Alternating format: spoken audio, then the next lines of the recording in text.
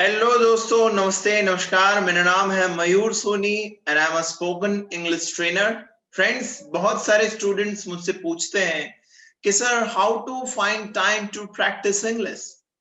और आज के इस वीडियो में I am going to share with you कि किस तरीके से आप टाइम निकाल सकते हैं इंग्लिश प्रैक्टिस के लिए, because the we know importance of this language.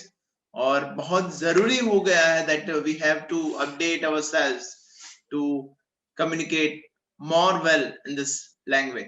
So today I am going to share with you. तो सबसे पहले हम लोग समझे कि अगर हमें प्रैक्टिस करने के लिए समय चाहिए इंग्लिश में, तो एक चीज हमें समझनी पड़ेगी that you can't create time. हम लोग समय को क्रिएट नहीं कर सकते। एंड जो हमारे पास समय का जो हिस्सा है वो लिमिटेड है। We all have the 24 hours, but you can choose how to spend the time you have. लेकिन हम लोग चॉइस कर सकते हैं कि हमारे पास जो समय है उसको हम किस तरीके से यूज करें। तो मेजोरिटी ये प्रायोरिटी के ऊपर डिपेंड करता है कि आपके इस लैंग्वेज को लेके प्रायोरिटी कितनी है। यानी कि you should know what are the importance of this language, और आपके करियर के ग्रोथ में ये लैंग्वेज आपको किस तरीके से हेल्प करने वाली है। If we talk about the majority 60 to 70% senior level promotions, then we know कि who the people they are very good in English communication, they get the chance. और यही with the same thing with the business. If you want to have handsome clients for your business, then you have to learn this language. तो आपकी जो priority है it should be very high. तो if you अगर आपको इसको prioritise करेंगे तो आपको डिफिकल्टी नहीं होने वाली है समय निकालने में। तो ये हमको सबसे पहले समझना पड़ेगा। अब I just want to share a story with you कि समय की जो प्रॉब्लम है वो सिर्फ आप एक की नहीं है, ये सभी की प्रॉब्लम है। जैसे कि if I talk about myself, तो अगर मैंने तय किया that I want to write a book on spoken English, मुझे एक बुक लिखनी है, तो अगर मैं अपने शेड्यूल की बात करूं then I am working on 3 to 4 projects. फिर कुछ ऐसी चीजें होती हैं जो हमें करनी पसंद होती है, जैसे कि हम मान लेते हैं कि वो हमारे कंफर्ट जोन भी हो सकते हैं। जैसे कि if I talk about myself then मुझे ज्यादातर लोगों से मिलना, बातचीत करना ये बहुत ज्यादा पसंद है। मुझे बुक रीड करना पसंद है। लेकिन अलग से अगर डेली के 1-2 घंटे अगर लिखना पड़े, it is good, I can, but मैं ऐसी एक्टिविटीज ज्यादा ढूंढूंगा जिसमें मुझे ज्यादा मैं एंजॉय कर पाऊं, तो समहाउ वो हमारा कंफर्ट जोन बन जाता है। तो इसी वजह से हम लोग, और हमारे पास जो रीजंस होते हैं वो भी बहुत ज्यादा वैलिड रीजंस होते हैं। जैसे कि हमें रेगुलरली जो हमारा रूटीन का काम है वो करना पड़ता है। देन अगर if we are doing the job business, तो वो हमें भी हैंडल करना पड़ता है। बहुत सारे बिल्स होते हैं जो हमें पे करने पड़ते हैं टाइम टू टाइम, तो उसको लेके भी हमें जो अपना टाइम है वो उस तरीके से सेटअप करना पड़ता है।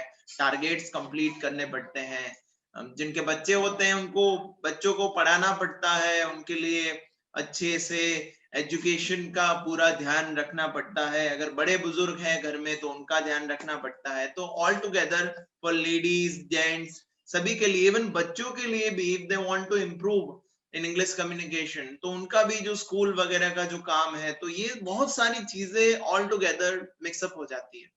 तो स्टोरी तो हर एक जगह पे सेम है कि हम सबके पास जो एक्सक्यूजेस हैं, all the excuses are very valid, बहुत ज्यादा वैलिड है।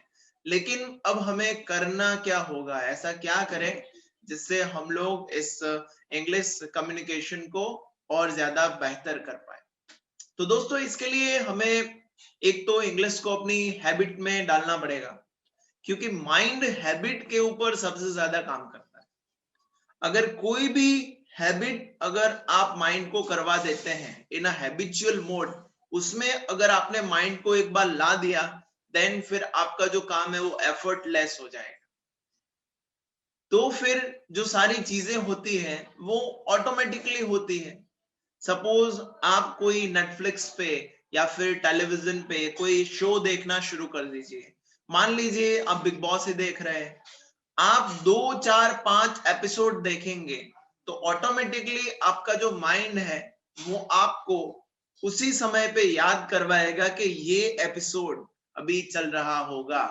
ओके, और तुरंत आप शुरू करेंगे और उसको देखेंगे। अब आपको पता है ये बहुत अनप्रोडक्टिव है, क्योंकि बिग बॉस हमें सिखाता है कि किस तरीके से दूसरों के घरों में झांका जाए, तो हमारे लिए बिल्कुल जरूरी नहीं है।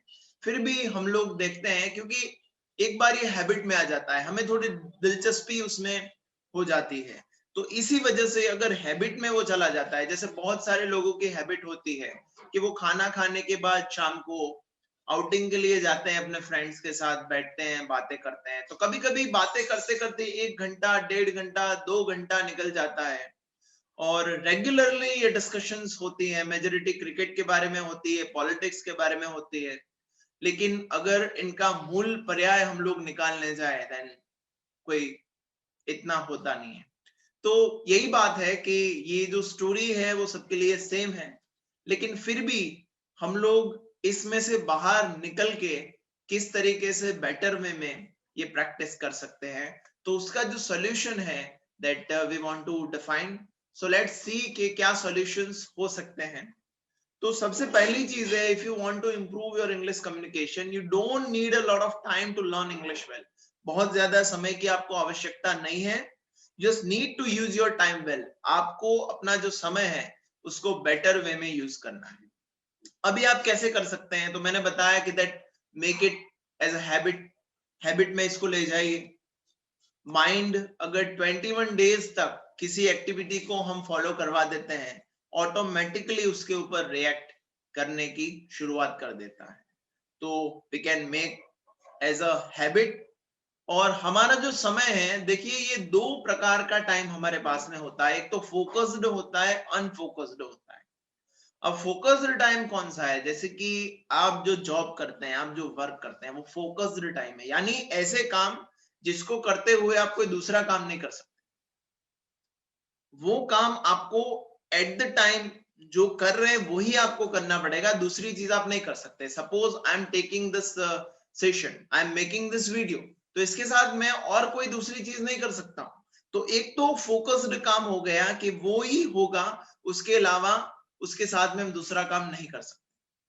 और दूसरा अनफोकस्ड टाइम हो गया, यानी कि उस काम को करते करते we can do the other work, उसके साथ एक कोई दूसरा काम भी हम कर सकते हैं। सपोज कि आप अपनी ऑफिस के लिए regularly half an hour travel करते हैं, तो आप उस हाफ आवर का यूज कर सकते हैं। जनरली लोग जब जाते हैं स्नान करने के लिए, तो around about they give 20 to 25 minutes, so you can use that time to practice। आप अगर शाम को घर पे आ रहे हैं, देन जनरली अगर आप रेस्ट करते हैं 3 hours अराउंड आप रेस्ट कर सकते हैं, then you can use that time also. तो इस तरीके के जो समय है जो अनफोकस्ड है, उस समय का हम यूज कर सकते हैं टू डू द प्रैक्टिस। चलिए थोड़ा बेटर वे में इसको हम लोग समझने की कोशिश करते हैं। तो फोकस्ड टाइम का यूज कैसे करेंगे, कि जैसे कि आप ऑफिस के समय पे 10 बजे रेगुलरली पहुंचते हैं, तो आप एक काम करिए कि 10 मिनट जल्दी घर से निकलिए। अब यहाँ पे आपको एक अनफोकस्ड टाइम मिलेगा। कैसे, क्या आप ट्रैवलिंग करेंगे, तो इसके साथ आप मरमर कर सकते हैं, बोल सकते हैं, प्रैक्टिस कर सकते हैं। हमारा जो थॉट प्रोसेस है, इमेजिनेशन है, वो तो शुरू ही होता है, ये पावर हमारे पास है, वी कैन यूज। 10 मिनट पहले आप पहुंच जाते हैं, before 10 minutes you can do the practice. Lunch के लिए रेगुलरली मान लेते हैं आप 1 घंटा देते हैं, तो उस 1 घंटे में से सिर्फ 15 मिनट आप कम यूज करिए लंच में, यानी कि 45 मिनट्स में आपका लंच आप खत्म कर दें। और जो बाकी की 15 मिनट्स है, वीक में सिर्फ 3 दिन, यानी कि 3 डेज, 15-15-15 मिनट्स पे आप फोकस करिए। 10 मिनट्स आप पहले आ रहे हैं, वीक में 3 दिन 10-10-10 मिनट्स पे आप फोकस करिए। ट्रैवलिंग के बारे में मैंने आपको बताया। अब आप घर पे आ रहे हैं, और घर पे आने के बाद आप रिलैक्सिंग के लिए अराउंड अबाउट 3 आवर्स का समय लेते हैं, तो उसमें से 2.5 आवर लीजिए, और बाकी का जो आधा घंटा है वो आप इंग्लिश कम्युनिकेशन की प्रैक्टिस के लिए लगाएं।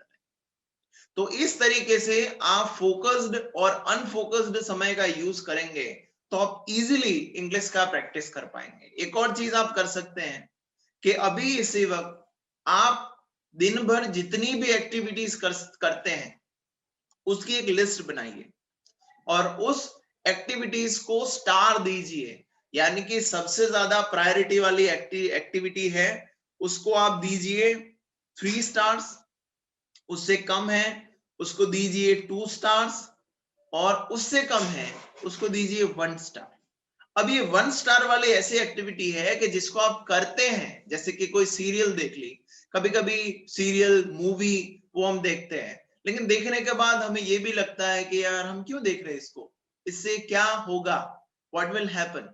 तो हम लोग ऐसी 1 स्टार वाली जितनी भी एक्टिविटीज है वी कैन रिप्लेस दैम, उनको रिप्लेस कर सकते हैं। उसकी जगह पे हम लोग रेगुलरली इंग्लिश की प्रैक्टिस को डाल सकते हैं और आप थोड़ा सा इस बारे में सोचने की शुरुआत करेंगे, ऑटोमेटिकली आपका माइंड है इसके ऊपर परफॉर्म करने की शुरुआत कर देगा। अब आज के मेरे इस वीडियो के एंड में मैं आपको एक असाइनमेंट देना चाहता हूं and I want you to follow this. आप इसको करें। इसके लिए कुछ क्वेश्चंस हैं जो मैं आपको देना चाहता हूं जिसके ऊपर आप फोकस करें, थोड़ा सा सेल्फ वर्क करें, not homework. How much focused time did you find in total? Total आपको कितना मिलता था and do you find right now कितना मिलता है, ठीक है, जिसका आप यूज कर सकें। How much unfocused time did you find in total? अब तक अनफोकस्ड कितना समय है उसका थोड़ा सा प्रिपेयर करिए। And how many activities are you going to replace with English practice for the next month? और अगले मंथ में आप कैसी ऐसी, इट मींस 1 स्टार एक्टिविटीज जिनको आप रिप्लेस करेंगे विद द इंग्लिश प्रैक्टिस। तो ये थोड़ा सा इसका नोट प्रिपेयर करिए और इसके बेस के ऊपर आप इंग्लिश का प्रैक्टिस करिए and it is going to help you lot. आपको मेरा ये वीडियो कैसा लगा? Don't forget to give comments so I can make more videos for you to become more better in this language. Share to your friends, your family or relatives. इसको ज्यादा से ज्यादा share करिए, मोटिवेट रहिए, life में आगे बढ़ते रहिए। अगर आपको ऐसे ही मोटिवेशन से रिलेटेड, पब्लिक स्पीकिंग से रिलेटेड, माइंड पावर से रिलेटेड, स्पीकिंग इंग्लिश से रिलेटेड वीडियोस चाहिए, मेरी चैनल को सब्सक्राइब करना ना भूलें और आपको नोटिफिकेशंस मिलते रहें, इसलिए बेल आइकन जरूर दबाएं। Thanks a lot.